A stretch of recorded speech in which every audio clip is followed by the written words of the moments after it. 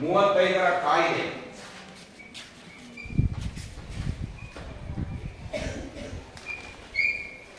ಭಾರತೀಯರ ಆಶೋತ್ತರಗಳನ್ನು ಈಡೇರಿಸುವಲ್ಲಿ ಸಂಪೂರ್ಣವಾಗಿ ವಿಫಲ ಆಗಿದೆ. ಆಗ ಸ್ವತಂತ್ರ ಭಾರತಕ್ಕೆ ಒಂದು ಸಂವಿಧಾನವನ್ನು ರಚಿಸಿಕೊಳ್ಳಲು ಸಂವಿಧಾನ ರಚನಾ ಸಮಿತಿಯನ್ನ ನೇಮಿಸಬೇಕು ಎನ್ನುವಂತಹ ಭಾರತದ ರಾಷ್ಟ್ರೀಯ ಕಾಂಗ್ರೆಸ್ನ ಕೂಗು ಹೆಚ್ಚಳ ಆಗಿದೆ. ಯಾವಾಗ ಭಾರತದ ರಾಷ್ಟ್ರೀಯ ಕಾಂಗ್ರೆಸ್ ಸ್ವತಂತ್ರವಾದ ಭಾರತಕ್ಕೆ ಸ್ವತಂತ್ರವಾದಂತಹ ಸಂವಿಧಾನವನ್ನು ರಚಿಸಿಕೊಳ್ಳಲು ಅವಕಾಶ ಮಾಡಿಕೊಡಿ ಅಂತೇಳಿ ಬ್ರಿಟಿಷ್ ಮುಂದೆ ಒತ್ತಾಯ ಮಾಡಿತು ಅಂತಂದ್ರೆ 1939. ಹಾಗಾಗಿ ಬ್ರಿಟಿಷರು ಈ ಭಾರತೀಯರಿಗೆ ಸಂವಿಧಾನವನ್ನು ರಚಿಸಿಕೊಳ್ಳಲು ಸಂವಿಧಾನ ರಚನಾ ಸಮಿತಿಯನ್ನ ರಚಿಸಬೇಕು ಎನ್ನುವ ಆಕಾಂಕ್ಷೆಯನ್ನ ಪರಿಗಣಿಸಿ ಆ ಸಂದರ್ಭದಲ್ಲಿ ದ್ವಿತೀಯ ಮಹಾಯುದ್ಧ ಜಗತ್ತಿನಾದ್ಯಂತ ನಡೀತು. ಆಗ ಬ್ರಿಟಿಷ್ ಸರ್ಕಾರ ಸರ್ ಸ್ಟಫರ್ಡ್ ಕ್ರಿಪ್ಸ್ ರವರನ್ನ ಭಾರತಕ್ಕೆ ಕಳುಹಿಸಿಕೊಟ್ಟು, ಅಂದ್ರೆ ಭಾರತಕ್ಕೆ ಸಂವಿಧಾನವನ್ನ ರಚಿಸಿಕೊಳ್ಳಲು ಸಂವಿಧಾನ ರಚನಾ ಸಮಿತಿ ನೇಮಕ ಮಾಡಬೇಕು. ಹಾಗಾಗಿ ಸರ್ ಸ್ಟಫರ್ಡ್ ಕ್ರಿಪ್ಸ್ ರವರನ್ನ ಆ ಸಂವಿಧಾನ ರಚನಾ ಸಮಿತಿಯನ್ನ ನೇಮಿಸುವ ಸಲುವಾಗಿ ಅಧ್ಯಯನ ಮಾಡಲು ಭಾರತಕ್ಕೆ ಬ್ರಿಟಿಷ್ ಸರ್ಕಾರ ಸರ್ ಸ್ಟಫರ್ಡ್ ಕ್ರಿಪ್ಸ್ ರವರನ್ನ ಕಳಿಸಿಕೊಟ್ಟು. ಆ ಸರ್ ಸ್ಟಫರ್ಡ್ ಕ್ರಿಪ್ಸ್ ರವರು ಬ್ರಿಟಿಷ್ ಸರ್ಕಾರಕ್ಕೆ ತನ್ನ ವರದಿಯನ್ನು ನೀಡಿದೆ. ಏನು ಸರ್ ಸ್ಟಫರ್ಡ್ ಕ್ರಿಪ್ಸ್ ರವರು ಏನು ಬ್ರಿಟಿಷ್ ಸರ್ಕಾರಕ್ಕೆ ವರದಿ ಕೊಟ್ಟರು ಅಂತಂದ್ರೆ, ಯುದ್ಧ ಮುಗಿದ ಮೇಲೆ, ಯಾವ ಯುದ್ಧ? ಎರಡನೇ ಮಹಾಯುದ್ಧ ಮುಗಿದ ಮೇಲೆ ಭಾರತಕ್ಕೆ ಸಂವಿಧಾನವನ್ನ ರಚಿಸಿಕೊಳ್ಳಲು ಸಂವಿಧಾನ ರಚನಾ ಸಮಿತಿಯನ್ನ ನೇಮಕ ಮಾಡಬೇಕು ಎನ್ನುವಂತ ಒಂದು ಶಿಫಾರಸನ್ನ ವರದಿಯನ್ನ ಸರ್ ಸ್ಟಫರ್ಡ್ ಕ್ರಿಪ್ಸ್ ರವರು ಬ್ರಿಟಿಷ್ ಸರ್ಕಾರಕ್ಕೆ ಕೊಟ್ಟರು. ಇನ್ನ ಒಂದು ವರದಿ ಕೊಟ್ಟರು. ಏನು ಅಂದ್ರೆ, ಭಾರತಕ್ಕೆ ಡೊಮಿನಿಯನ್ ಸ್ಥಾನಮಾನ ನೀಡಬೇಕು. ಡೊಮಿನಿಯನ್ ಅಂದ್ರೆ ಸ್ವತಂತ್ರವಾದ ಸ್ಥಾನಮಾನವನ್ನು ನೀಡಬೇಕು ಎನ್ನುವ ಈ ಎರಡು ವರದಿಯನ್ನ, ಒಂದು ಯುದ್ಧ ಮುಗಿದ ಕೂಡಲೇ ಸಂವಿಧಾನವನ್ನು ರಚಿಸಿಕೊಳ್ಳಲು ಸಂವಿಧಾನ ರಚನಾ ಸಮಿತಿಯನ್ನು ನೇಮಿಸಬೇಕು ಒಂದು, ಇನ್ನೊಂದು ಭಾರತಕ್ಕೆ ಡೊಮಿನಿಯನ್ ಸ್ಥಾನಮಾನ ನೀಡಬೇಕು ಅಂತೇಳಿ ಸರ್ ಸ್ಟಫರ್ಡ್ ಕ್ರಿಪ್ಸ್ ರವರು ಬ್ರಿಟಿಷ್ ಸರ್ಕಾರಕ್ಕೆ ವರದಿಯನ್ನು ಕೊಟ್ಟರು. ನೋಡಿ, ಈ ಸರ್ ಸ್ಟಫರ್ಡ್ ಕ್ರಿಪ್ಸ್ ರವರ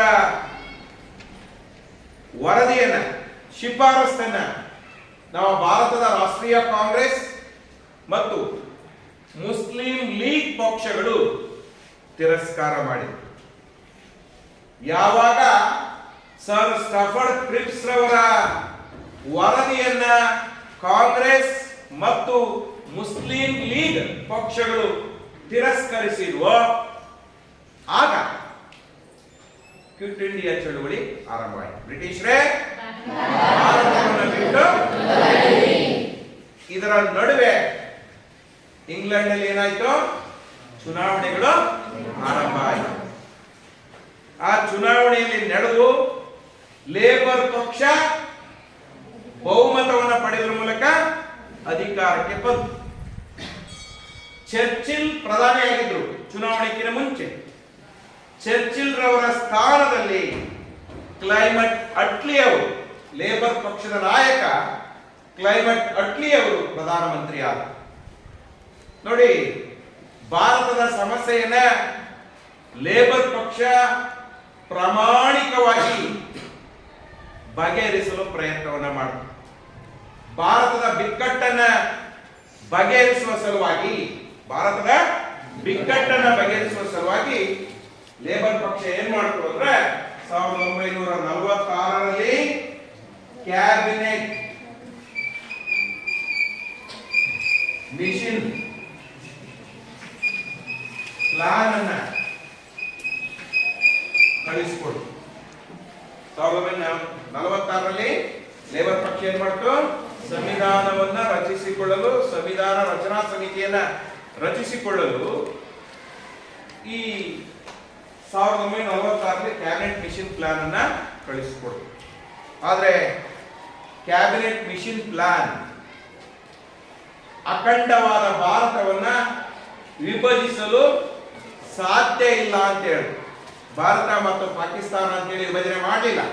ಆ ಭಾರತ ಮತ್ತು ಪಾಕಿಸ್ತಾನ ಎನ್ನುವ ವಿಭಜನೆಯನ್ನ ಈ ಕ್ಯಾಬಿನೆಟ್ ಮಿಷನ್ ಪ್ಲಾನ್ ನಿರಾಕರಣೆ ಮಾಡಿತು. ಹೀಗಾಗಿ ಮುಸ್ಲಿಂ ಲೀಗ್ ಪಕ್ಷ ಕ್ಯಾಬಿನೆಟ್ ಮಿಷನ್ ಪ್ಲಾನ್ ಅನ್ನ ತಿರಸ್ಕಾರ ಮಾಡಿತು. ಕ್ಯಾಬಿನೆಟ್ ಮಿಷನ್ ಪ್ಲಾನ್ ಕೆಲವೊಂದು ಸುಧಾರಣೆಗಳನ್ನ ಶಿಫಾರಸು ಮಾಡಿತು. ಬ್ರಿಟಿಷ್ ಸರ್ಕಾರ ಕೆಲವೊಂದು ಸುಧಾರಣೆಗಳನ್ನ ಶಿಫಾರಸು ಮಾಡಿತು. ಏನು ಕ್ಯಾಬಿನೆಟ್ ಮಿಷನ್ ಪ್ಲಾನ್ ಬ್ರಿಟಿಷ್ ಸರ್ಕಾರಕ್ಕೆ ಯಾವ ಶಿಫಾರಸುಗಳನ್ನ ತಿಳಿಸ್ತು ಅಂದ್ರೆ 389 ಸದಸ್ಯರಿಂದ ಕೂಡಿದ ಹೇಳಿ 389 ಸದಸ್ಯರಿಂದ ಕೂಡಿದ ಸಂವಿಧಾನ ರಚನಾ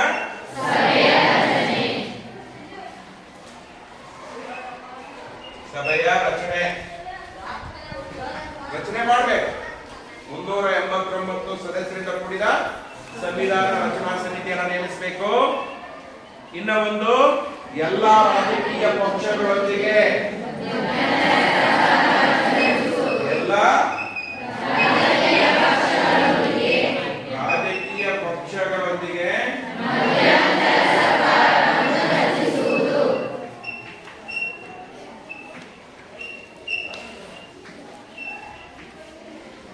ಮಧ್ಯಂತರ ಸರ್ಕಾರವನ್ನ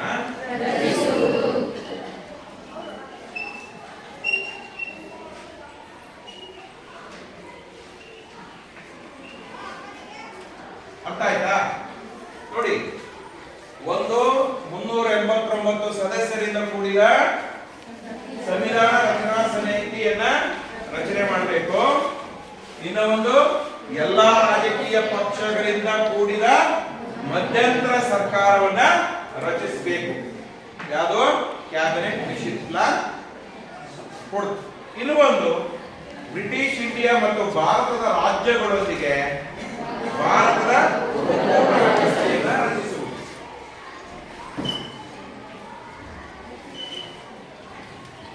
ಬ್ರಿಟಿಷ್ ಇಂಡಿಯಾ ಮತ್ತು ಭಾರತದ ರಾಜ್ಯಗಳೊಂದಿಗೆ ಭಾರತದಲ್ಲಿ ಒಕ್ಕೂಟ ಮೀನ್ಸ್ ಸಂಯುಕ್ತ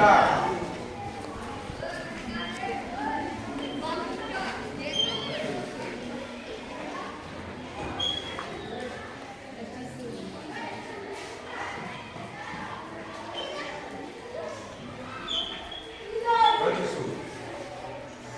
ಇನ್ನ ಒಂದು ಶಿಫಾರಸನ್ನು ಕೊಟ್ಟು ಕ್ಯಾಬಿನೆಟ್ ಮಿಷನ್ ಪ್ಲಾನ್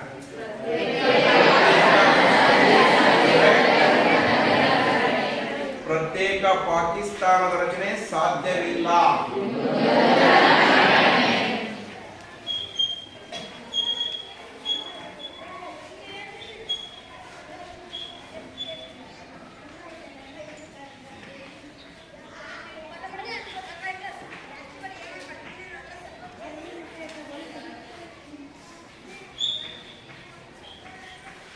ಎಂಬುದರ ನಿರಾಕರಣೆ. ನೋಡಿ, ಈ 4 ಅಂಶಗಳನ್ನ ಈ ಕ್ಯಾಬಿನೆಟ್ ಮಿಷನ್ ಪ್ಲಾನ್ ಬ್ರಿಟಿಷ್ ಸರ್ಕಾರಕ್ಕೆ ಶಿಫಾರಸನ್ನು ಮಾಡಿತು. 389 ಸದಸ್ಯರಿಂದ ಕೂಡಿದ ಸಂವಿಧಾನ ರಚನಾ ಸಮಿತಿ ನೇಮಕ ಮಾಡಬೇಕು. ಎಲ್ಲ ರಾಜಕೀಯ ಪಕ್ಷಗಳನ್ನ ಒಳಗೊಂಡ ಮಧ್ಯಂತರ ಸರ್ಕಾರವನ್ನು ರಚಿಸಬೇಕು. ಬ್ರಿಟಿಷ್ ಇಂಡಿಯಾ ಮತ್ತು ಭಾರತದ ರಾಜ್ಯಗಳೊಂದಿಗೆ ಭಾರತದಲ್ಲಿ ಒಕ್ಕೂಟ ವ್ಯವಸ್ಥೆಯನ್ನು ರೂಪಿಸಬೇಕು. ಪ್ರತ್ಯೇಕ ಪಾಕಿಸ್ತಾನದ ರಚನೆ ಸಾಧ್ಯವಿಲ್ಲ ಎಂಬುದರ ನಿರಾಕರಣೆ. ನೋಡಿ, ಇಲ್ಲಿ ಕ್ಯಾಬಿನೆಟ್ ಮಿಷನ್ ಪ್ಲಾನಿನ ಪ್ರಕಾರ 389 ಸದಸ್ಯರಿಂದ ಕೂಡಿದ ಸಂವಿಧಾನ ರಚನಾ ಸಮಿತಿ ಅಥವಾ ರಾಜ್ಯಾಂಗ ರಚನಾ ಸಮಿತಿ ರಚನೆಯಾಗಿದೆ. ಈ ಸಂವಿಧಾನ ರಚನಾ ಸಮಿತಿಯ ಅಧ್ಯಕ್ಷತೆಯನ್ನು 1946ರಲ್ಲಿ ಡಾಕ್ಟರ್ ಬಾಬು ರಾಜೇಂದ್ರ ಪ್ರಸಾದ್ ರವರು ವಹಿಸಿಕೊಂಡಿದ್ರು. ಹಾಗೆಯೇ 1947ರಲ್ಲಿ ಸಂವಿಧಾನ ಕರಡು ಸಮಿತಿಯ ಅಧ್ಯಕ್ಷರಾಗಿ ಡಾಕ್ಟರ್ ಬಿ.ಆರ್. ಅಂಬೇಡ್ಕರ್ ಅವರು ಅಧ್ಯಕ್ಷತೆಯನ್ನು ವಹಿಸಿದರು. Drafting committee chairman doctor B R. Ambedkar. ಇಲ್ಲಿ constitutional head, constitution body head ಯಾರಾದ್ರು ಅಂತಂದ್ರೆ ಡಾಕ್ಟರ್ ಬಾಬು ರಾಜೇಂದ್ರ ಪ್ರಸಾದ್. ಓಕೆ, ಇಲ್ಲಿ ಮುಂದಿನ ಪ್ರಮುಖವಾದ ಹೆಜ್ಜೆ, ಮುಂದಿನ ಪ್ರಮುಖವಾದ ಘಟ್ಟ ಯಾವುದು ಅಂತಂದ್ರೆ ಮೌಂಟ್ ಬ್ಯಾಟನ್ ಯೋಜನೆ. ಮುಂದಿನ ಪ್ರಮುಖವಾದ ಘಟ್ಟ ಯಾವುದು? ಮೌಂಟ್ ಬ್ಯಾಟನ್ ಯೋಜನೆ. ಈ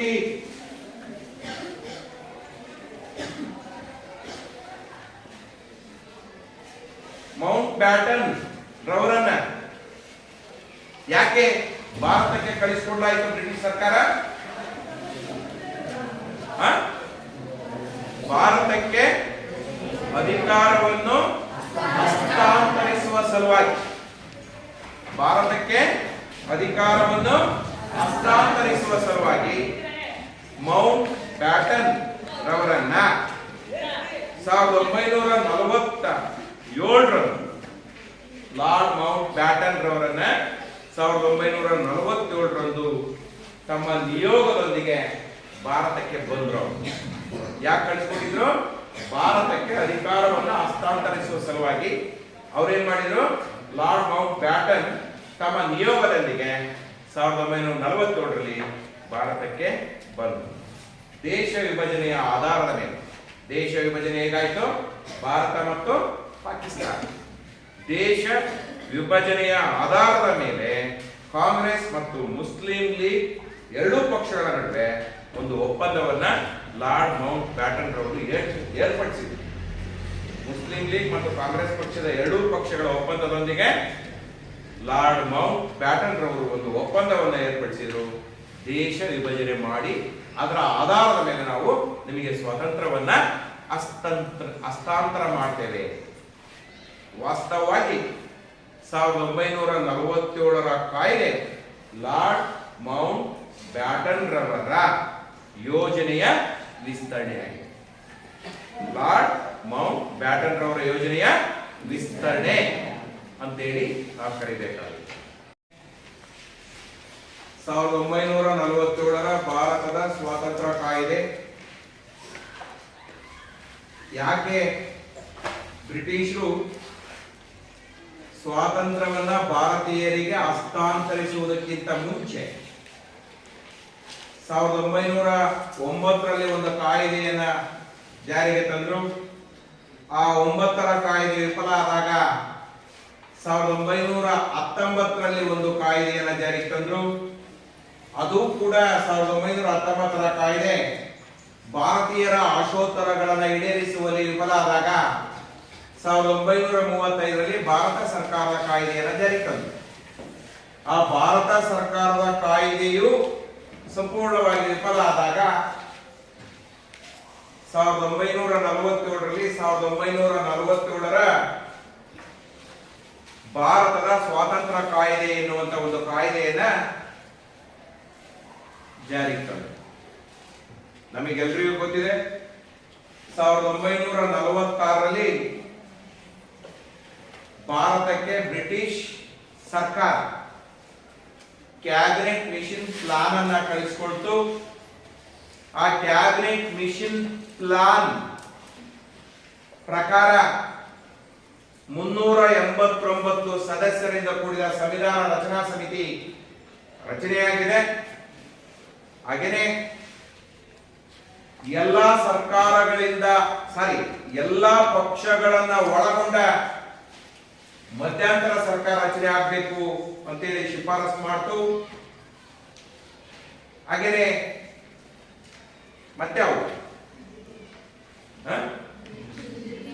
ಬ್ರಿಟಿಷ್ ಇಂಡಿಯಾ ಮತ್ತು ಪ್ರಾಂತೀಯ ರಾಜ್ಯಗಳಿಂದ ಕೂಡಿದಂತ ಒಕ್ಕೂಟ ವ್ಯವಸ್ಥೆ ರಚನೆ ಆಗಬೇಕು.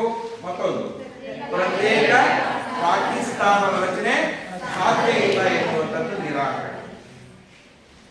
ಆಗ ಮುಂದಿನ ನಮಗೆಲ್ಲರಿಗೂ ಗೊತ್ತಿದೆ 1946ರಲ್ಲಿ ಕ್ಯಾಬಿನೆಟ್ ಮಿಷನ್ ಪ್ಲಾನ್ ಪ್ರಕಾರ ನಮಗೆ ಸಂವಿಧಾನ ರಚನಾ ಸಮಿತಿ ರಚನೆ ಆಯಿತು. ಸಂವಿಧಾನ ರಚನಾ ಸಮಿತಿಯ ಅಧ್ಯಕ್ಷರಾಗಿ ಡಾಕ್ಟರ್ ಬಾಬು ರಾಜೇಂದ್ರ ಪ್ರಸಾದ್ ಅವರು ಅಧಿಕಾರವನ್ನು ವಹಿಸಿಕೊಳ್ತಾರೆ.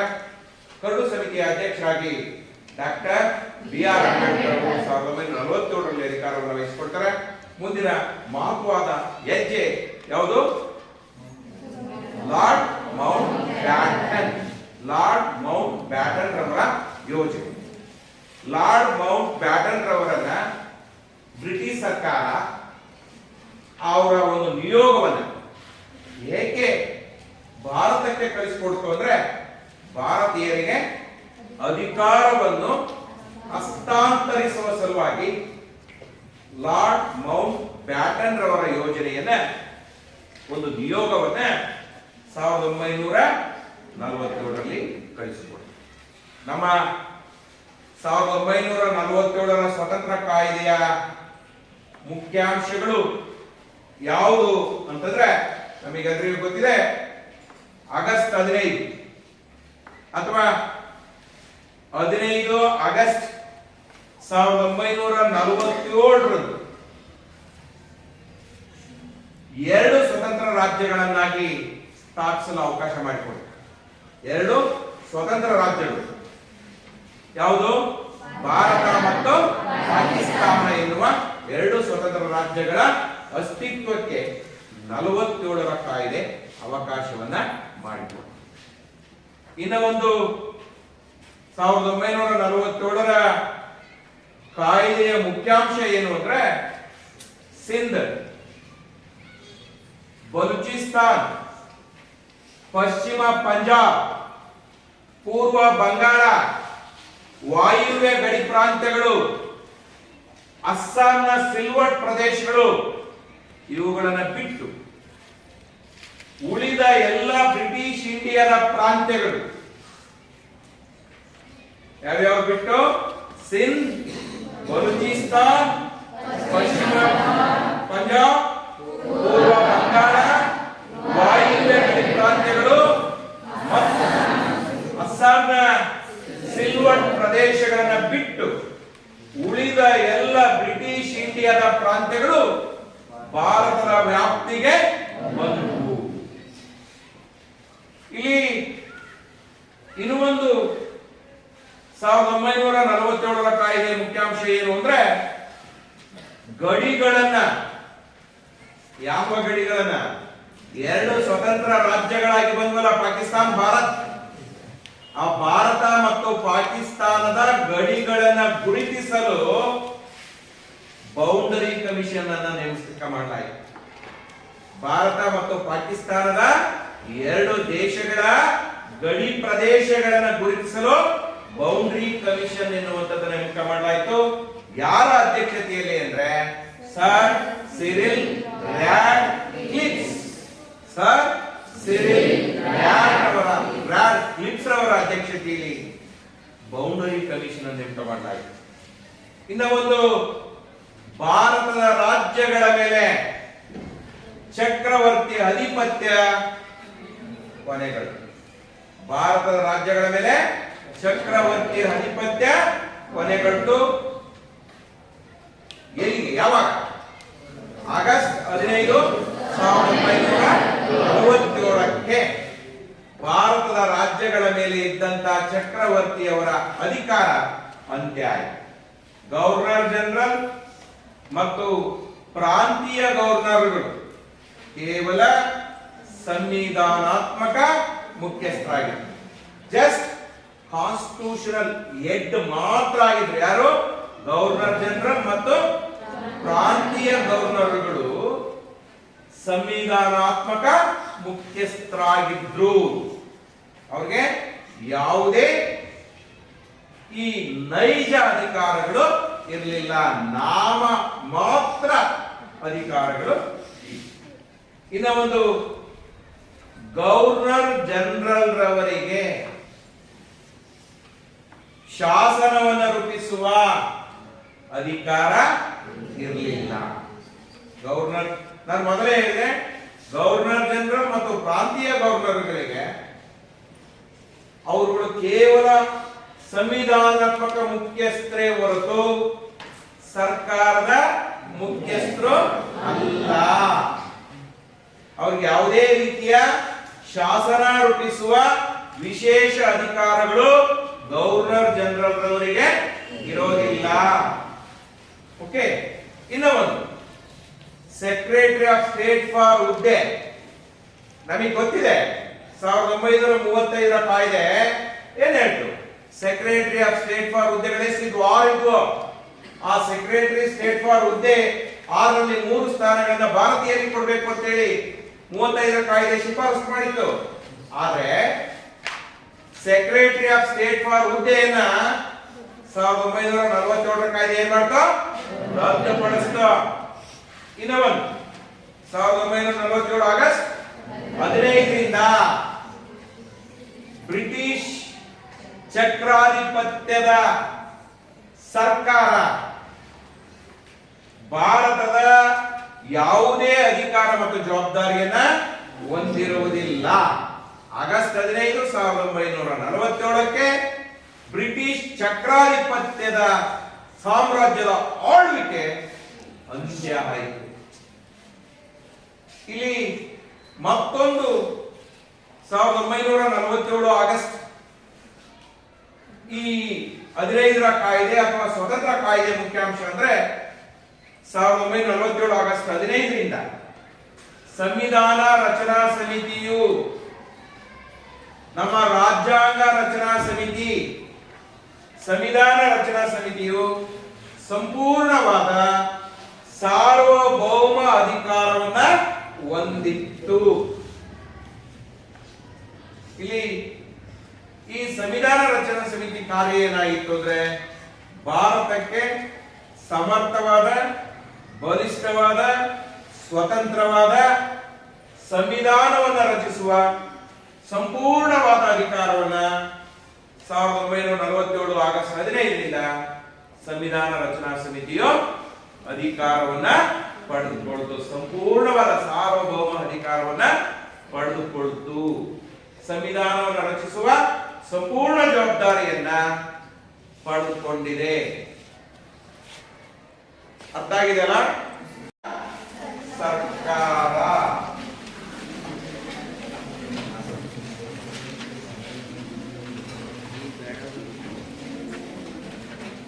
Federal government. ಇಲ್ಲಿ ಮೊದಲೇ ನಾನು ಹೇಳಿದೆ,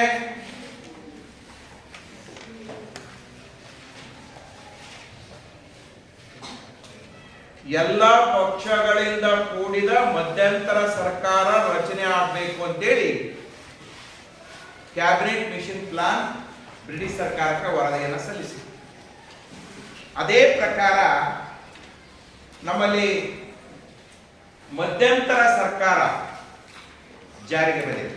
ನೋಡಿ, ಸೆಪ್ಟೆಂಬರ್ 2, 1946ರಿಂದ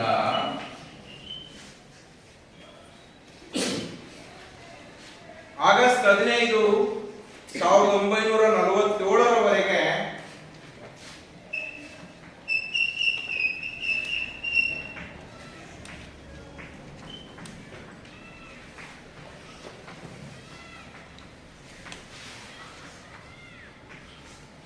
ಈ ಮಧ್ಯಂತರ ಸರ್ಕಾರ ಭಾರತದಲ್ಲಿ ಅಸ್ತಿತ್ವದಲ್ಲಿ ಎಲ್ಲಿಂದ ಎಲ್ಲಿವರೆಗೆ? ಸೆಪ್ಟೆಂಬರ್ 2ನೇ ತಾರೀಕು 1946ರಿಂದ 1946 ಸೆಪ್ಟೆಂಬರ್ 2ನೇ ತಾರೀಕಿನಿಂದ ಆಗಸ್ಟ್ 15 1947ರವರೆಗೆ ಭಾರತದಲ್ಲಿ ಯಾವ ಸರ್ಕಾರ ಅಸ್ತಿತ್ವದಲ್ಲಿತ್ತು? ಮಧ್ಯಂತರ ಸರ್ಕಾರ. ನಿಮಗೆ ಗೊತ್ತಿರಲಿ, ಮಧ್ಯಂತರ ಸರ್ಕಾರದ ಅವಧಿ ಎಷ್ಟು ಯಾವುದು ಅಂತ ಕೇಳ್ತಾರೆ. ಸೆಪ್ಟೆಂಬರ್ 2 1946ರಿಂದ ಆಗಸ್ಟ್ 15 1940. ಇಲ್ಲಿ ಗಮನಿಸಬೇಕು, ಇಲ್ಲಿ ಆ ಮಧ್ಯಂತರ ಸರ್ಕಾರದಲ್ಲಿ ಯಾವ ಪಕ್ಷ ಅಧಿಕಾರದಲ್ಲಿ ಇತ್ತು ಅಂತ ಪ್ರಶ್ನೆ ಕೇಳ್ತಾರೆ. ಮಧ್ಯಂತರ ಸರ್ಕಾರದಲ್ಲಿ ಯಾವ ಪಕ್ಷ ಯಾವುದು?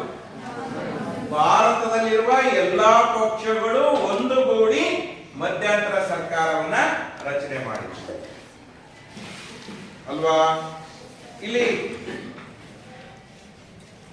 ಈ ಸರ್ಕಾರ, ಮಧ್ಯಂತರ ಸರ್ಕಾರ, ಸಂವಿಧಾನ ರಚನಾ ಸಮಿತಿಯ 389 ಸದಸ್ಯರನ್ನ ಒಳಗೊಂಡಿದೆ.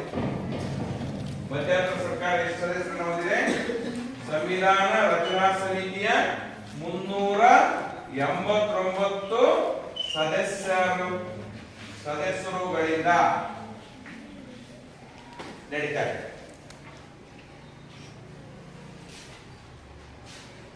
ಸಂವಿಧಾನ ರಚನಾ ಸಮಿತಿಯ 389 ಸದಸ್ಯರುಗಳಿಂದ ಕೂಡಿದ ಮಧ್ಯಂತರ ಸರ್ಕಾರ ನಡೀತಾ ಇದೆ. ಇಲ್ಲಿ ಏನ್ ಕೆಲಸ ಸರ್ ಮಧ್ಯಂತರ ಸರ್ಕಾರದ್ದು?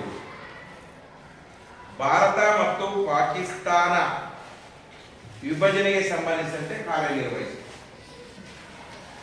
ಭಾರತ ಮತ್ತು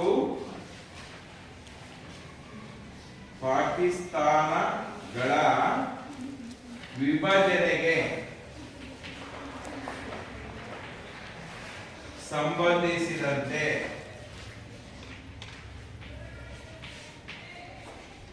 ಕಾರ್ಯ ನಿರ್ವಹಿಸುವುದು. ಅರ್ಥ ಆಗ್ತಿದೆಯಾ? ಸರಿಯಲ್ಲ?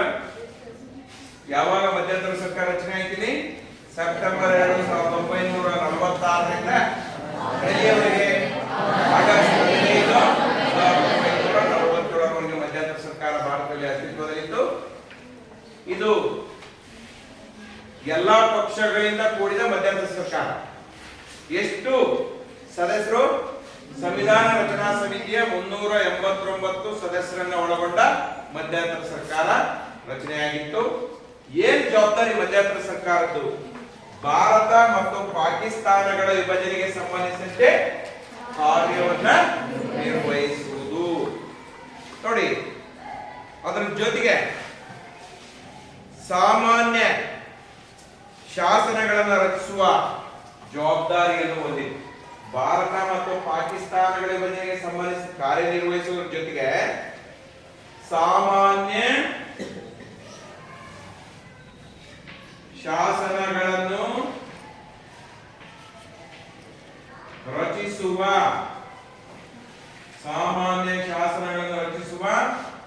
ಜವಾಬ್ದಾರಿಯನ್ನ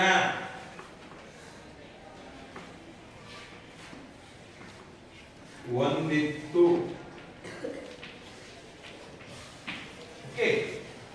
ನೋಡಿ, ಮಧ್ಯಂತರ ಸರ್ಕಾರದ ಇಲ್ಲಿ ನಾವು ನೋಡ್ತೇವೆ ವೈಸರಾಯರವರ ಕಾರ್ಯಕಾರಿ ಮಂಡಳಿ ಅಂತೇಳಿ. ನಮಗೆ